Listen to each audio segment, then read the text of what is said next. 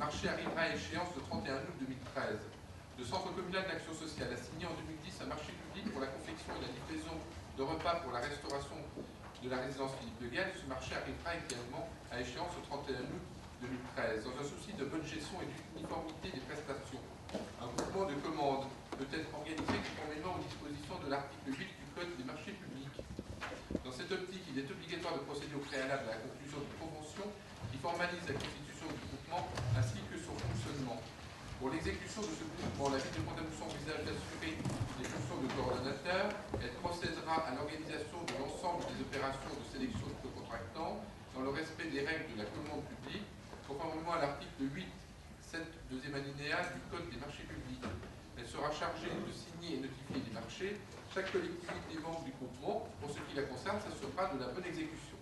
Dans ce cadre, la commission d'appel d'offres sera celle de la commune de Pont-à-Mousson. Il est précisé que le groupement prendra fin à la notification du marché. Après avis favorable à l'unanimité de la commission des finances réunie le 18 mars 2013, je vous propose donc de m'autoriser à signer une convention à intervenir et vous demande de bien vouloir en délibérer. Des oppositions, des abstentions. Merci. Convention temporaire d'occupation du domaine public fluvial, canalisation DN 300 sur le viaduc de la Moselle.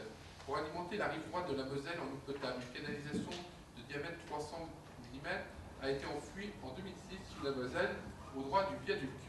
La convention initiale de mise à disposition des terrains par VNF a expiré le 31 août 2011. Par courrier en date du 20 février 2013, VNF propose une nouvelle convention qui prendrait effet au 1er septembre 2011 pour une durée de 10 ans. Le montant de la redevance de l'occupation est fixé à 7,44 € par an, contre 1 448,13 € par an précédemment. Sur la base de ces éléments, je vous demande de bien vouloir m'autoriser à signer cette convention et vous demande de bien vouloir en délibérer. Des oppositions, des abstentions. Merci. Les affectations de bâtiments scolaires, Laurence Ferrero. Les activités scolaires de l'école Pierre-Dôme occupaient deux bâtiments d'enseignement, Pierre-Dôme A et Pierre-Dôme B. Depuis la rentrée scolaire 2011-2012, les salles de classe ont été regroupées dans un seul bâtiment, Pierre-Dôme B, et le bâtiment A accueille aujourd'hui des activités associatives. Une clôture séparative a été installée au niveau de la cour d'école et ce bâtiment dispose d'un accès spécifique sur le domaine public. Monsieur le maire vous propose en conséquence de désaffecter les locaux scolaires de Pierre-Dôme A. Monsieur le préfet de Meurthe-et-Moselle a émis un avis favorable en date du 22 janvier 2013, après examen de la situation conjointement avec les services de l'inspection académique. Questions, des oppositions, des abstentions. Je vous remercie. Subvention de fonctionnement aux associations culturelles, Mme Mazio. Après avis favorable à l'unanimité de la commission animation culture jeunesse réunie le 21 mars dernier, Monsieur le maire vous propose d'attribuer les subventions de fonctionnement suivantes. La mise Prémontré 4 500 €, Association des artistes musicontins 3 500, le CALC 500 €, Chorale Musiqueur 1 500, le CETAM 1 600, l'Harmonie musicontaine 4 000 €, les JMF 500 €, le groupe Camina 5 000 €, le Pont des Savoirs 600 €, l'Association Maris Bastier 1 200 €, Microtel 2 750 €, Pont-à-Mousson accueille Lys française 2 000 € et l'Université culture permanente 1 500 €. Le maire vous demande de bien vouloir en délibérer.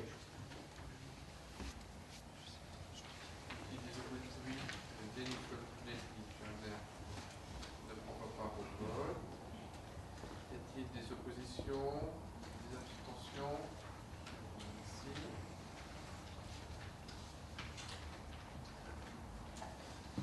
Subvention exceptionnelle 2013 aux associations culturelles. Avis favorable à l'unanimité de la commission animation culture jeunesse réunie le 21 mars dernier. Monsieur le maire vous propose d'attribuer les subventions de fonctionnement suivantes. Jeunesse musicale de France pour l'organisation de la saison culturelle 2012-2013, 8 500 €. Association des artistes musicontins pour l'organisation d'Arcadie 2013, 900 €. Monsieur le maire vous prie de bien vouloir en délibérer. Y a-t-il des oppositions, des abstentions? Je vous remercie. Carte d'abonnement. La ville prévoit la mise en place pour la 4e année consécutive d'une carte d'abonnement pour la saison culturelle 2013-2014. Le tarif est fixé à 65 € pour 4 spectacles organisés par le service Animation Culture. La commission Animation Culture Jeunesse, réunie le 21 mars dernier, a émis un avis favorable à l'unanimité. Monsieur le maire vous demande de bien vouloir en délibérer. Y a-t-il des oppositions, des abstentions? Merci. Exposition Duroc, l'ami de Napoléon, demande de subvention au Conseil général de Meurthe-et-Moselle, à la région Lorraine, à la Fondation Napoléon et à la DRAC.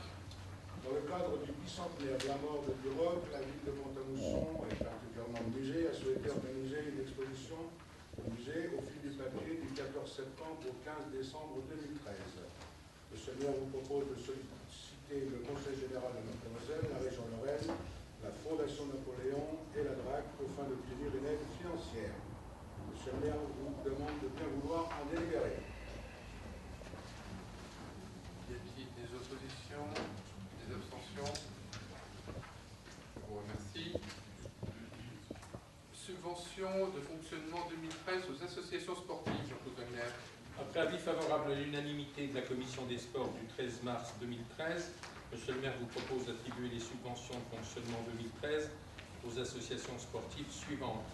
ABCL 800 €, AS Bardo 150 €, AS Anzelet 500 €, AS Marquette Collège 2200 €, AS Marquette Lycée 2200 €, AS Notre-Dame 950 €, Aikido 950 €, AS Saint-Martin 1000 €, Association Bel Air 1550 €, ASTT 1300 €, AS Badminton 1000 €, Basket All-Star 3500 €, Billard Club 700 €, Bowling Chardon-Lorrain 480 €, Boxing Club 1800 €, Cercle d'Escrime 4000 €, Cercle d'échecs 950 €, Charles Boxing Taille 900 €, Club Canin 1300 €, Club des Archers 1800 €, Club subaquatique 3700 €, Cyclotourisme Mussy-Pontin 3600 €, École de bowling 150 €, ESPAM 7900 €, Gym volontaire 1650 €,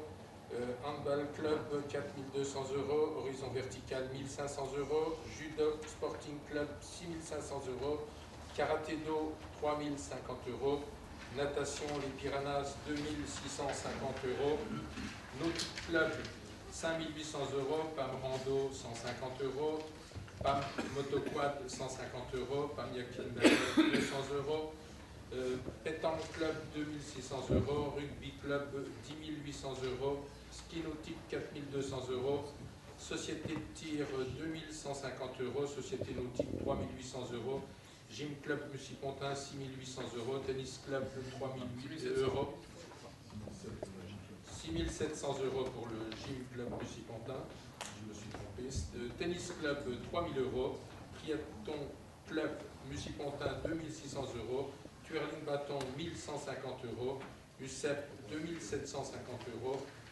et le VBB PAM 13 000 €, ce qui fait une somme de 121 980 €. Les crédits nécessaires sont disponibles sur le compte 41 40 65 748 et Monsieur le maire nous demande de bien vouloir en délibérer. Qui ne prend pas au vote Jean-Pierre Carpentier, deux fois Mornay, c'est tout. On voit qu'il est sportif là. Y a-t-il des oppositions? Des abstentions? Subvention exceptionnelle aux associations sportives, Jean-Claude Wagner. Après avis favorable à l'unanimité de la Commission des sports du 13 mars 2013, Monsieur le maire vous propose d'attribuer les subventions exceptionnelles aux associations sportives suivantes. Action Sport 5 000 € pour l'organisation du championnat de France Jet et le Karaté-Do 1500 € pour l'accueil des équipes de France du karaté qui se sont produites il y a pas très longtemps. Les crédits nécessaires sont disponibles sur le compte 41 40 65 748. Monsieur le maire vous demande de bien vouloir en délibérer. Des oppositions, des abstentions? Je vous remercie. Subvention aux associations partenaires des activités périscolaires et tickets sport, Jean-Claude Wagner. Après avis favorable à l'unanimité de la Commission des sports du 13 mars 2013, Monsieur le maire vous propose d'attribuer les subventions suivantes aux associations partenaires des activités périscolaires de novembre 2012 à février 2013 et des tickets sport des vacances de Noël 2012 et février 2013.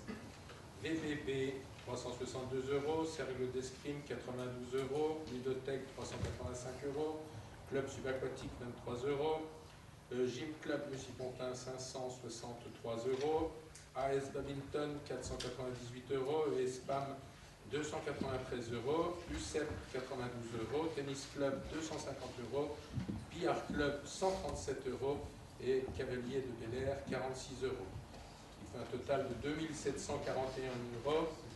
Les crédits nécessaires sont disponibles sur le compte 41 40 65 748. Monsieur le maire vous demande de bien vouloir en délibérer. Werner ne prend pas en vote. Des oppositions, des abstentions. Je vous remercie. Projet d'aménagement d'un nouveau mur d'escalade au centre des sports, M. Wagner. Le mur d'escalade du centre des sports, dans sa configuration actuelle, est à un tournant de son existence. Aménagé dans le hall d'entrée du complexe sportif en 1990, sur une hauteur de 6 mètres, il ne répond plus aux nouvelles normes en vigueur, ni aux attentes des utilisateurs.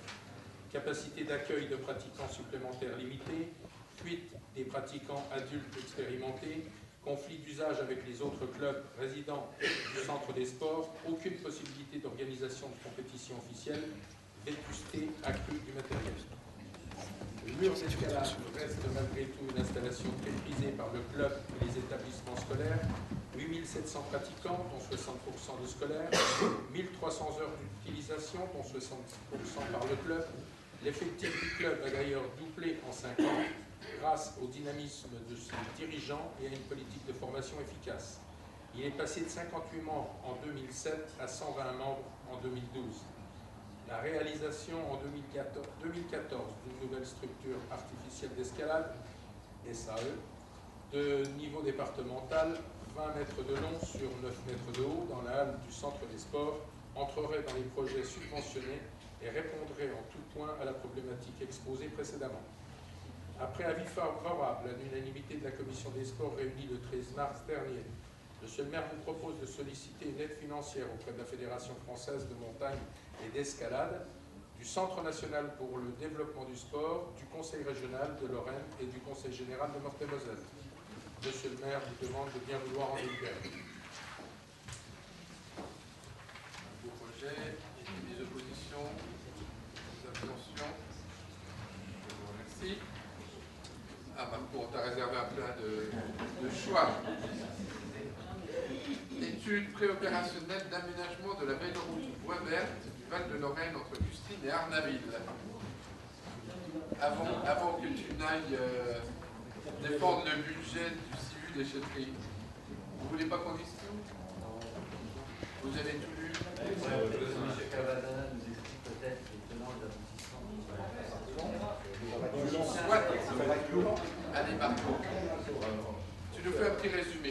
Très rapide. Le projet Véloroute Bois Verte, qui s'appelle le projet Charles le Téméraire, qui a vu le jour en 98, qui a été en partie, il y a eu une étude préalable en 2005 sur le tronçon Custine-Arnaville. C'est un peu tombé dans les oubliettes parce que tout le monde devait mettre la main au porte-monnaie, mais en fin de compte, il n'y a pas eu les financements voulus. Dernièrement, c'est un petit peu, le Conseil général a un petit peu secoué le projet pour le faire revivre. Il y a eu deux ou trois réunions qui sont revues et apparemment, ça revient d'actualité. Il faut dire que Poconson avait un projet de réaménager une partie des berges de la Moselle, et ce qui a un petit peu été facteur déclenchant, sans être le facteur déclenchant, mais qui a fait un peu réagir les collectivités au niveau régional, au moins sur le département, sur la région. Il y a aussi budgété une certaine somme pour ce fameux projet.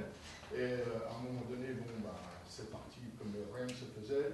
Le maire de Vandières-Claude-Robert a disposé de l'argent pour autre chose, quoi. Donc, ce qui a aussi déclenché la remise un petit peu de ce projet. Donc, ce qui est proposé là, c'est de refinancer une nouvelle étude sur un tronçon entre Custine et Tronçon, pas entre Custine et Arnaville, avec une quote-part sur on va se prononcer sur la quote-part de Tronçon, qui est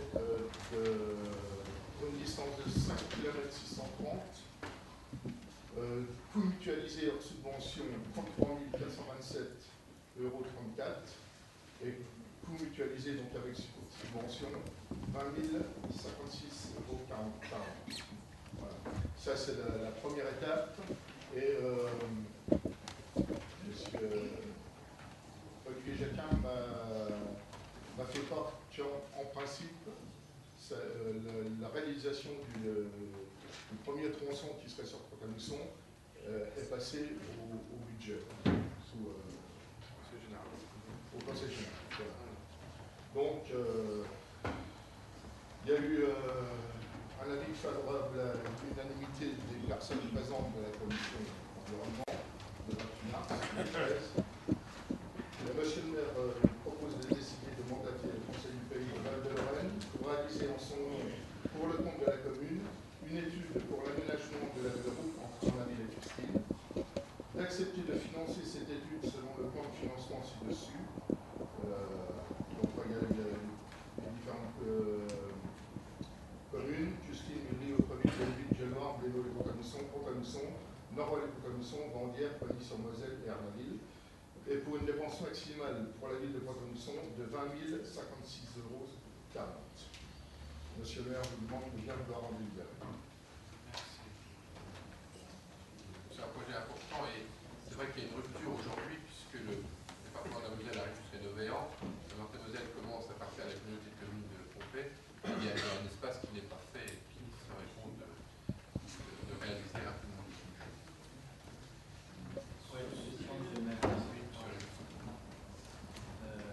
Il y avait deux incertitudes dans ce projet depuis de longue date, parce que effectivement c'est l'immobilisme complet, donc c'est tant mieux si le conseil général, apparemment c'est le conseil général qui reprend la maîtrise des ouvrages, j'ai bien compris. Non, c'est le Val de Lorraine de Lambert. Monsieur Cavadella parlait du conseil Ouais, c'est le Val de Lorraine peut être maître d'ouvrage? Non. Non, il y a une première étude qui a été réalisée il y a quelques années, c'était une étude générale globale qui était menée par Berest, c'est la ville de Pont qui était pilote, et le monde a apporté sa contribution. Suite à cela, il faut faire une étude plus concrète sur les travaux réalisés, parce que la première étude n'était pas satisfaisante, il y avait un certain nombre d'exigences, notamment il faisait des choses très élaborées, mais qui posaient des problèmes, notamment il mettait des barrières le long de la Moselle, et ce qui posait d'énormes problèmes, notamment aux pêcheurs. Donc ça, c'est le genre de choses dont on ne voulait pas. Et donc, il y a cette étude qui est aujourd'hui concrète sur qu'est-ce qu'on fait à tel endroit, qu'est-ce qu'on prend comme revêtement, etc. Et jusqu'à la réalisation du cahier des charges, etc. Ça, c'est donc une Val de Lorraine qui va financer ça avec tout le monde, et chacun va apporter sa contribution selon la grille de la partition qui vous a proposé ça, là. Et derrière, ça sera chaque collectivité, soit commune si elle a la compétence, soit communauté de communes si c'est elle qui a la compétence, qui fera son tronçon de travaux. En tant que maître d'ouvrage. Ça a changé quand même. Et on aimerait bien pouvoir nous commencer cette année. Parce qu'un des obstacles importants pour la réalisation de ce projet, c'était qu'on ne pouvait pas mettre d'ouvrage, parce qu'à l'époque, on partait plutôt sur le choix d'un maître d'ouvrage unique, avec cofinancement pour attaquer. C'est ce qu'il aurait fallu faire. Ça ne s'est pas fait. Et j'avais une deuxième question. Vous avez toujours dit que la véloroute ne se ferait pas tant qu'on n'aurait pas 80% de subvention sur ce projet. Est-ce qu'aujourd'hui, vous avez changé d'avis ou pas? Sur la réalisation, c'est la délibération qu'on avait prise. Et alors, il faut avoir donc,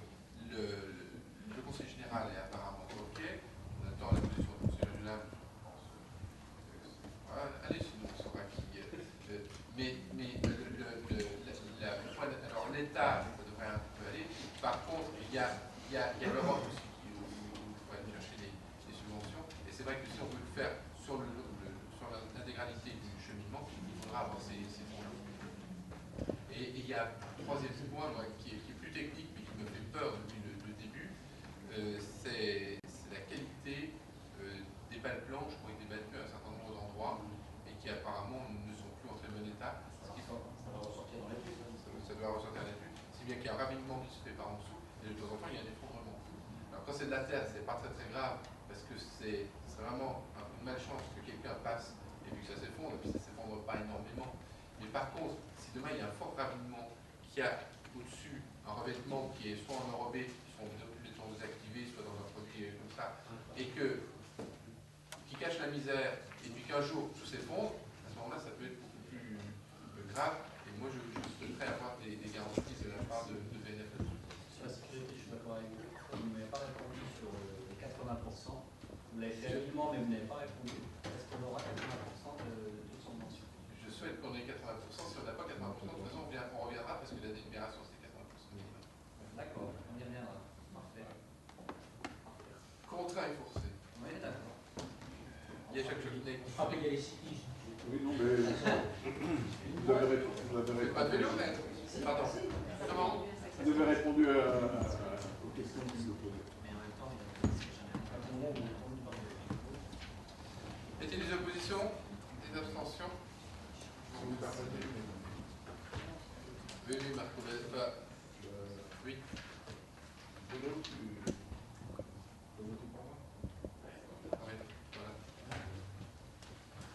On va défendre le budget du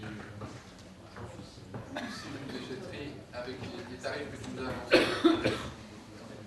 Renouvellement de la convention financière avec Solidarité nationale et internationale pour le suivi du surendettement des familles. La commission urbaniste des villes et quartiers réunie le 11 mars 2013 a émis un avis favorable pour le renouvellement de la convention financière pour le suivi du surendettement des familles avec Solidarité nationale et internationale. Cette convention a pour objet de préparer les dossiers de surendettement des familles qui se comptaient dans les difficultés, en recevant les familles, en préparant les dossiers et en les présentant à la Banque de France, en suivant éventuellement la dette dans le cadre du plan de surendettement. Le montant de la subvention est de 3 000 € par an et la convention sera établie pour une durée de 3 années. Je vous prie de bien vouloir en délibérer et d'autoriser à signer les documents à intervenir dans cette affaire. Une convention qui a une dizaine d'années, depuis une dizaine d'années. Jean-François Moutet ne prend pas part au vote. Y a-t-il des oppositions, des abstentions? Un travail important qui est fait par SNI et qu'il faut faire à un moment ou à un autre. Subvention de fonctionnement aux associations partenaires des dispositifs contrat enfance-jeunesse, convention de partenariat et contrat d'objectif. Jean-Luc Bragard. La commune souhaite maintenir son soutien aux associations présentes dans le dispositif contrat enfance-jeunesse, dont le renouvellement a été validé pour la période 2011-2014, convention de partenariat et contrat d'objectif sous la forme d'aide financière versée en 3 acomptes pour l'année 2013 de la manière suivante. Le solde de 10% étant versé au début de l'année N+1. Vu l'avis favorable à l'unanimité de la commission urbaniste et des quartiers du 11 mars 2013, M. le maire vous propose d'accorder les subventions suivantes qui seront versées suivant les tableaux ci-après. Contrat enfance jeunesse. Donc, il y a 3 acomptes d'un même montant, il suffit de lire. Donc, pour le club de l'amitié, 17 023 €, CETAM 1843 €, les amis de la bibliothèque 5 963 €, Centre social des Deux Rives 1917 €, l'Oasis 1935 €, RAFM 1844 €, Microtel 667 €. Un total de 31 192 € pour le premier acompte, qui sera versé donc en avril, le deuxième acompte en juillet, le troisième en novembre, le solde de 10% au début 2014.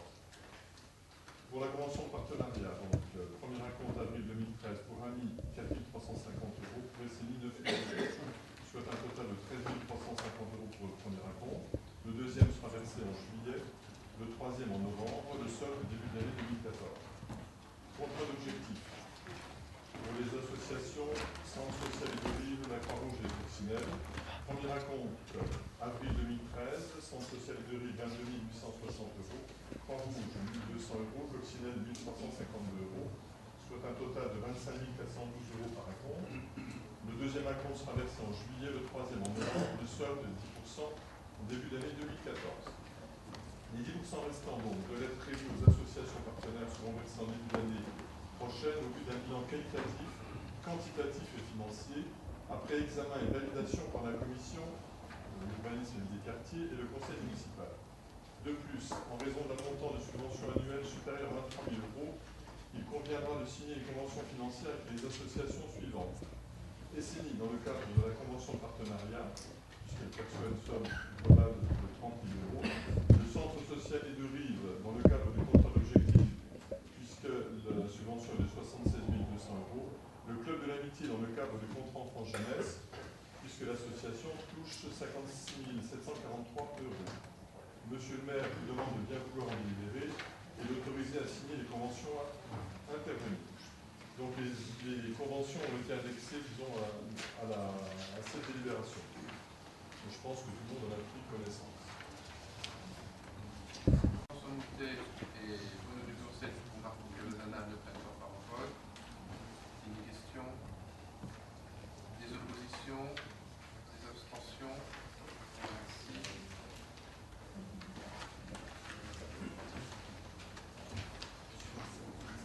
Régime indemnitaire, indemnité d'exercice de mission de préfecture. Par délibération du 21 décembre 1998, le conseil municipal avait décidé à l'unanimité de la mise en œuvre du régime indemnitaire dont la prime d'indemnité d'exercice des missions de préfecture. Un arrêté ministériel du 24 décembre 2012 a sensiblement modifié les conditions de versement de cette prime. La loi numéro 84-56 du 24 janvier 1984 précise que l'assemblée délibérante de chaque collectivité fixe des régimes indemnitaires dans la limite de ceux dont bénéficient les agents de l'État. À ce titre, il convient d'ajuster les modifications réalisées aux agents de la collectivité. Donc, vous avez tout le tableau pour les filières administratives, animation sociale, technique et sportive. Vous avez donc les différents montants. Je préciser que cette indemnité sera versée mensuellement, d'appliquer ce régime aux agents stagiaires et non titulaires de droit public, que le montant de ces primes fera l'objet d'un abattement au prorata de l'absence des agents à compter du 31e jour de maladie, que le montant de référence sera modulable dans la proportion de 0 à 3, que les délibérations précédentes relatives à la prime IEMP sont remplacées par la présente délibération. Un point que vous ne devez pas avoir, que pour l'année 2012, les taux seront ajustés de façon à ce qu'ils soient en adéquation avec les montants réellement versés. Il ne vous a pas échappé que la loi, elle date du 24 décembre 2012. Et donc il a fallu qu'on a versé durant toute l'année des indemnités aux salariés sur l'ancien système, et donc il convient de leur maintenir ces indemnités-là et d'inscrire chaque année au budget les crédits nécessaires au règlement de cette indemnité. Après avis favorable à l'unanimité du comité technique paritaire réuni le 13 mars 2013, je vous propose de m'autoriser à ajuster les dispositions de la présente délibération selon les variations ou modifications réglementaires susceptibles d'intervenir à propos de ce régime indemnitaire. Je vous prie de bien vouloir en délibérer. Des oppositions? Des abstentions? Je vous remercie.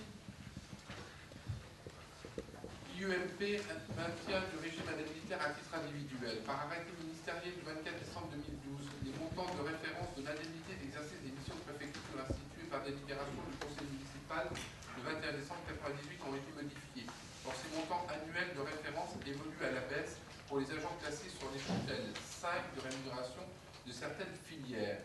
L'article 88 de la loi 84-53 du 26 janvier 1984 portant modification statutaire relative à la fonction publique territoriale prévoit à son troisième alinéa que, je cite, l'Assemblée délibérante de la collectivité territoriale peut décider de maintenir à titre individuel aux fonctionnaires concernés le montant indemnitaire dont ils bénéficient en application des dispositions réglementaires antérieures lorsque ce montant se trouve diminué soit par l'application ou la modification des dispositions réglementaires applicables aux services de l'État servant de référence, soit par l'effet d'une modification des bandes indiciaires du grade dont il est titulaire. Citation.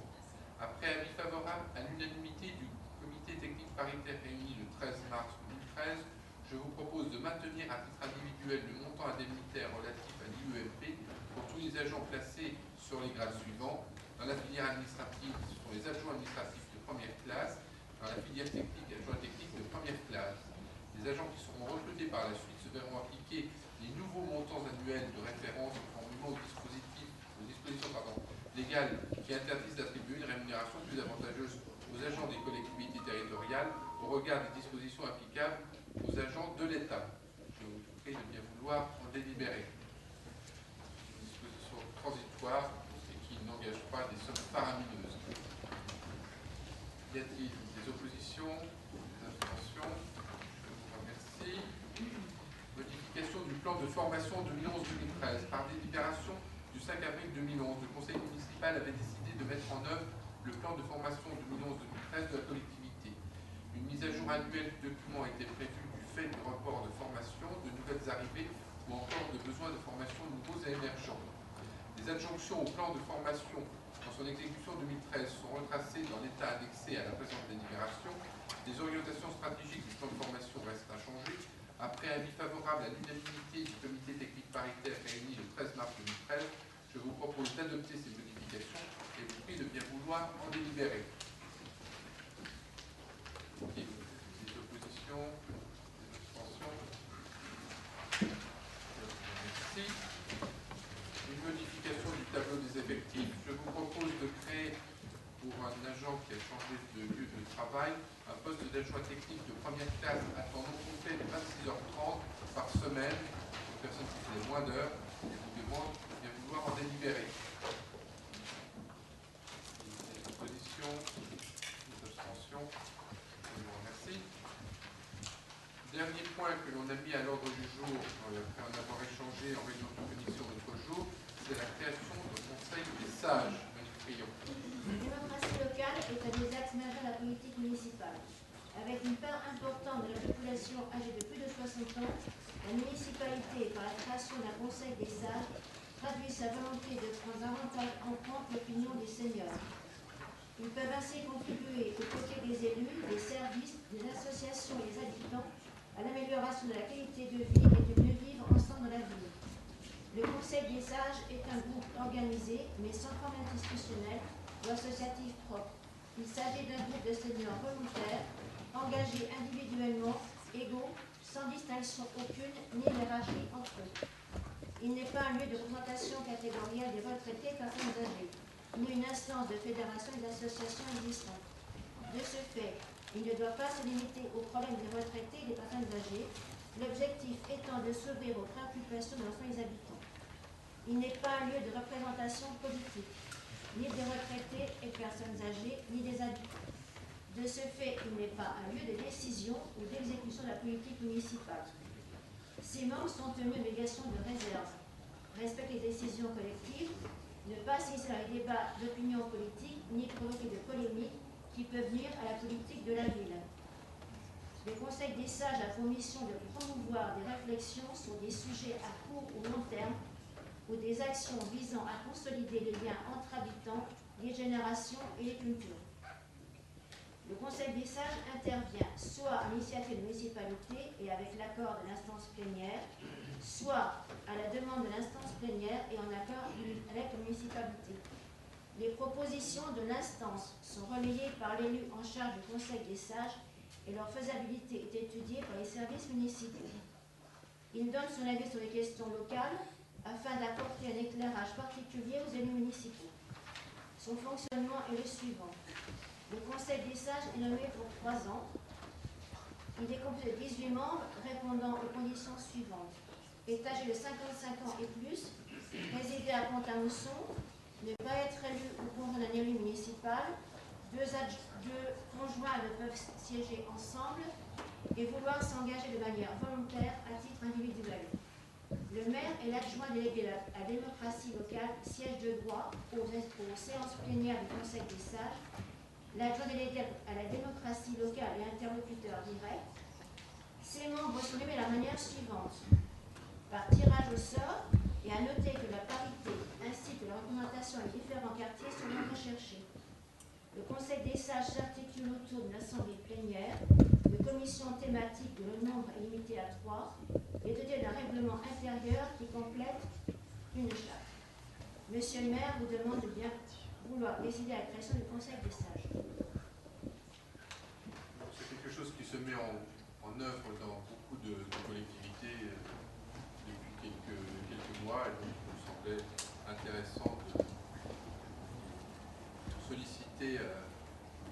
55 ans, qui sont par définition des sages.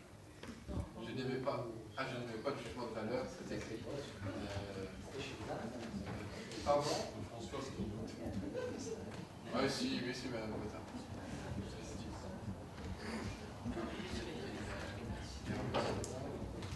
Oui, il y a des gens qui sont jamais sages. Mais quand même, avec l'âge, il y a des oppositions, des abstentions, et je vous remercie. Je vous souhaite un bon complément à cette nouvelle. Coupe de face, coupe circulaire, travail de poing. Travail de poing, travail de genou.